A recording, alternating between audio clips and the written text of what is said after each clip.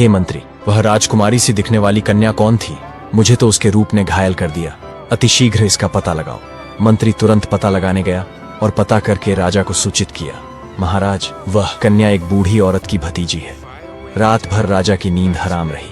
बार बार उसी लड़की का चेहरा उनकी आंखों के सामने आता रहा। सवेरा होते ही राजा ने मंत्री से कहा, मंत्री जी, वह लड़की बहुत सुंदर है। उसने मेरी रातों की नींद उड़ा दी। उसकी मोहक मूरत मुझे बार बार परेशान करती है। उसके बिना अब मैं रह ना पाऊंगा।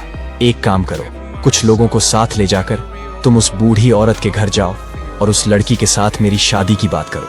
उसी दिन राजा के कहने पर मंत्री अपने कुछ सैनिकों के साथ उस बूढ़ी औरत के घर गया और दासी से कहा कि हमारे राजा साहब आपकी पुत्री से विवाह करना चाहते हैं और आपकी पुत्री को राजा साहब अपनी रानी बनाना चाहते हैं।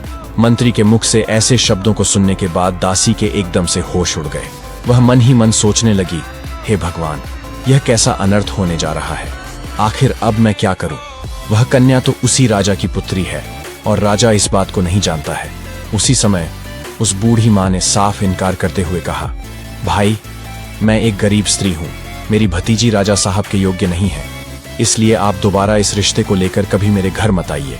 मंत्री ने कहा, ओ मूर्ख बुढ़िया, राजा कालभद्र के साथ अपनी बेटी का विवाह करने से इनकार कर रही है। तुम्हें तो अपने भाग्य पर खुश होना चाहिए कि राजा स्वयं तेरी बेटी से विवाह करने के इच्छुक हैं। मंत्री के बार बार कहने पर भी उस बूढ़ी औरत ने राजा के साथ अपनी बेटी का विवाह करने से साफ इनकार कर दिया।